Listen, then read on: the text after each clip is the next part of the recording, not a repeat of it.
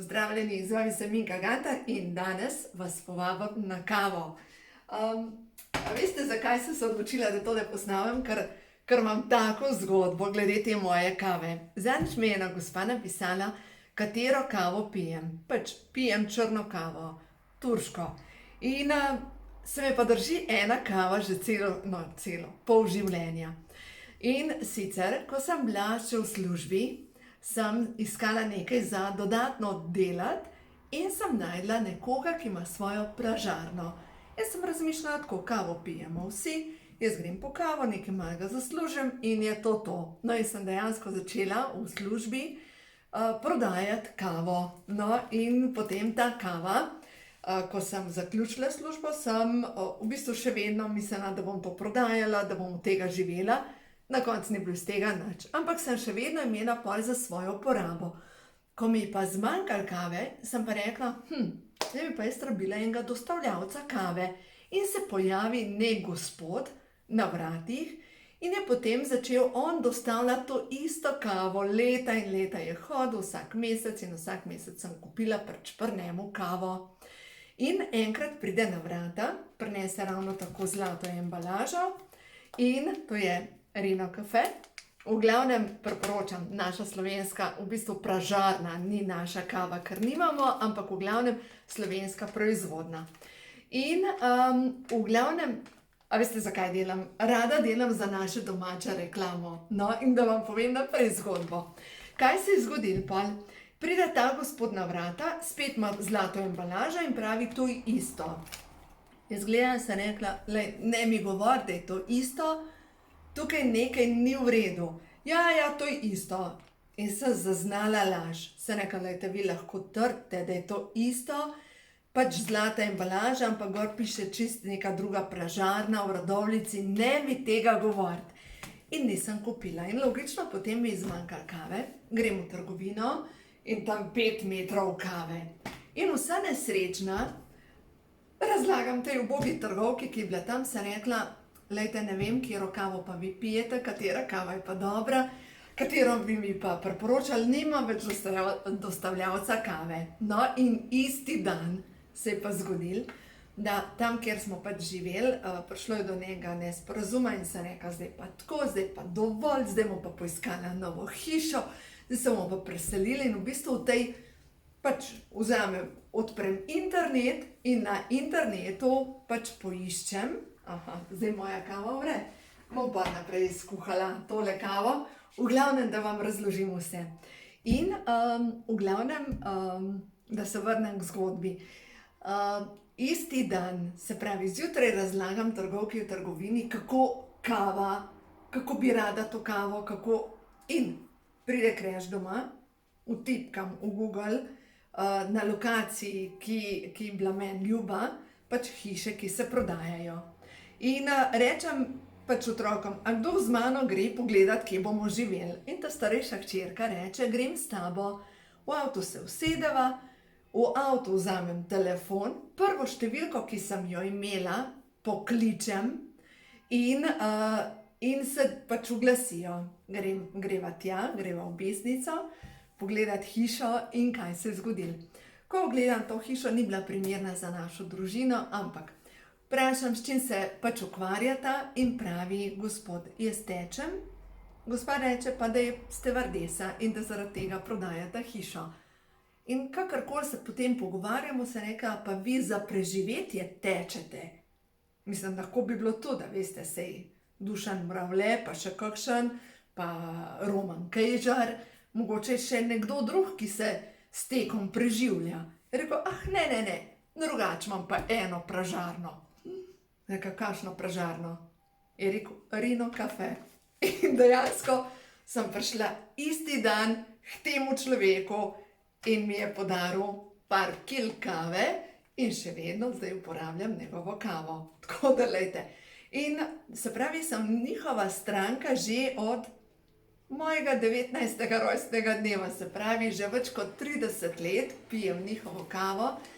In lahko rečem, da je to res najboljša kava, skrbno izbrana mešanica mlete pražene kave. Zdaj pa, kava sama po sebi deluje za odvajanje.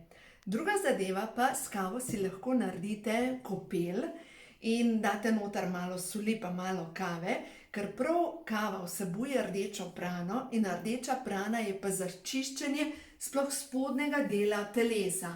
Tudi veste, tisti, ki imate slabo prebavo, čez večer vzamete probiotike, zjutraj popijete vodo na tešče, potem se malo zmigate, mogoče tibetanske vaje naredite, naslednja stvar pojeste zajtrk in potem v miru popijete kavo, se vaša prebava popolnoma uredi.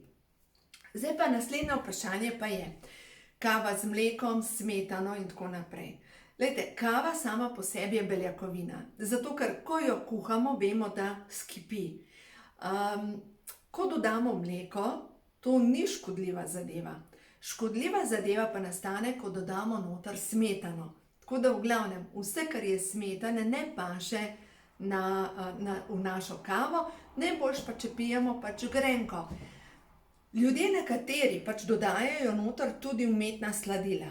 In umetna sladila ne pomagajo pri tem, zato ker umetna sladila pa ravno tako, nekaj rečem, pa ne bom sladkorja. Navaden sladkor ali pa temen sladkor je načeloma samo pobarvan bel sladkor. Pa čakajte, bom zdaj. No, sem našla sladkor. Zdaj vam bom pa pokazala, kako naredite sami preizkus z vašim sladkorjem. Našla sem pač sladkor, v bistvu ga praktično ne uporabljamo, ampak v vodo bom dala nekaj žličk sladkorja oziroma eno žličko sladkorja in bomo zdaj skupaj naredili preizkus.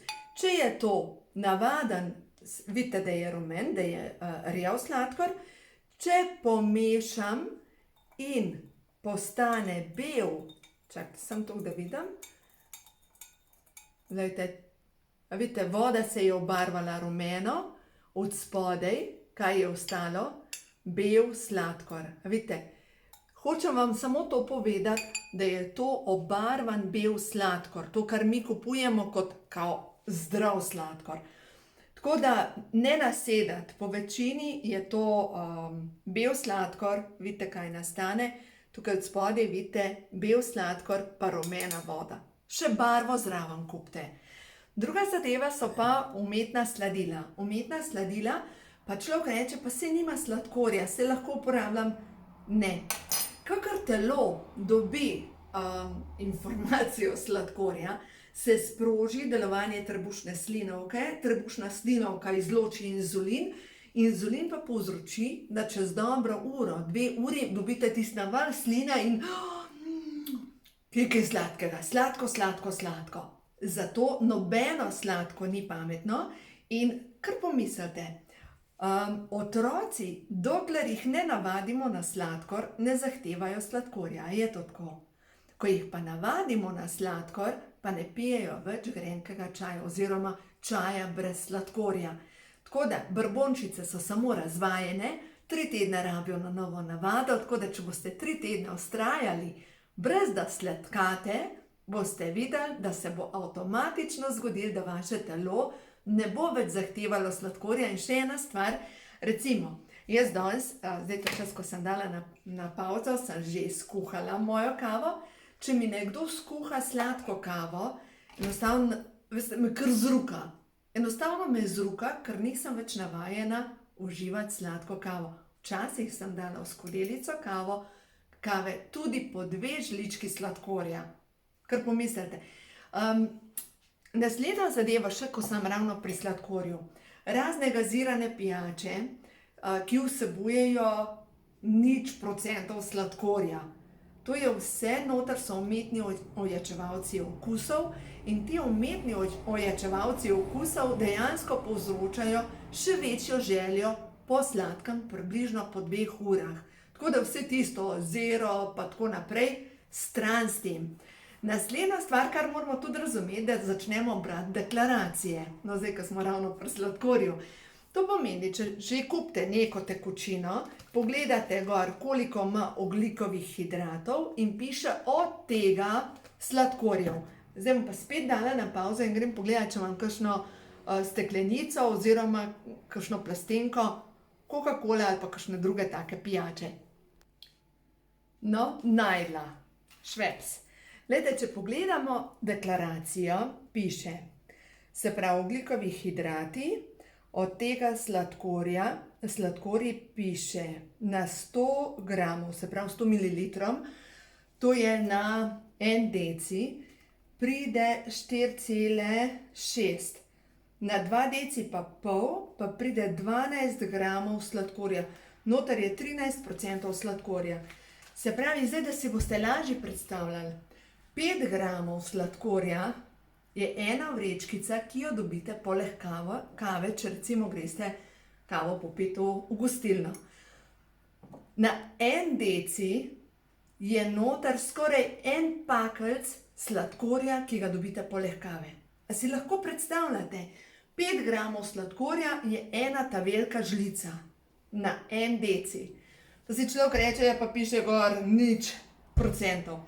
In še enkrat je bilo, na morju sem bila z otroki in je bilo tako, jaz sem pila bitter lemon, otroci Coca-Colo in jaz razlagam, da koliko jaz bolj zdravo pijem. In gremo dejansko gledati deklaracije in na koncu pridemo, da dejansko je bitter lemon veliko slabša kombinacija kot pa Coca-Cola. Tako da, juhej.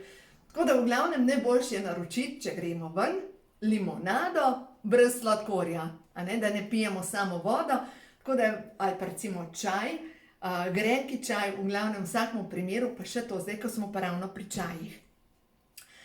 Ko pijemo tekočino, je pomembno, da naročamo oziroma tudi sami kuhamo čaje, zeliščne čaje. Kakor mi naročamo, recimo pa pijemo sadni čaj, spet vnesemo sladkor, ne vede sladkor, tako da sadni čaj ima glikemični indeks čez 35, tako da to redi. Zato, glejte, ne vede vnašamo kup sladkorjev, pa si rečemo, pa se nič takega ne jem, sploh ne vem, kaj mi je, samo grem narazen. Ja, mogoče pa vnašate v svoje telo sladkorje, ne vede, in tukaj mečkan, pa rečete, pa samo en bombonček, pa se nič takega, in lezete samo narazen. No, zato poskrbite na ta način, da boste pač vnašali čim manj sladkorjev. Naslednji nasvet, ki ga bom posnela, je pa za bolečine v želodcu, tako da mnoge pač boli želodec in tako da naslednji video, jutri, bo pa o bolečinah v želodcu.